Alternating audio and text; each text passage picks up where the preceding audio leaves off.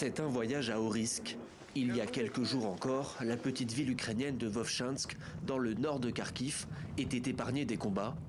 Désormais, c'est la nouvelle ligne de front.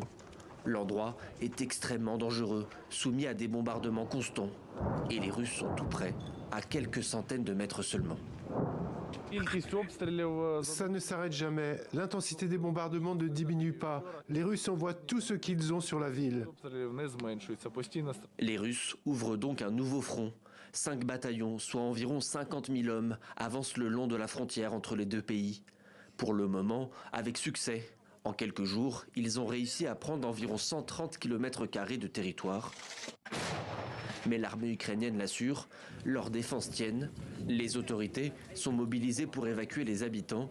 Près de 6 000 d'entre eux ont dû quitter leur foyer en urgence.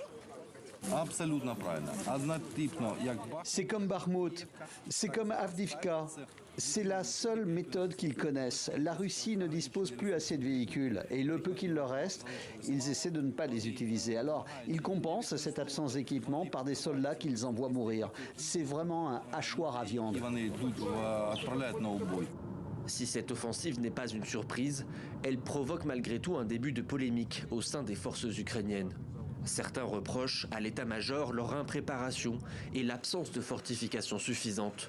Selon de nombreux experts militaires, le but recherché par la Russie est avant tout de faire diversion.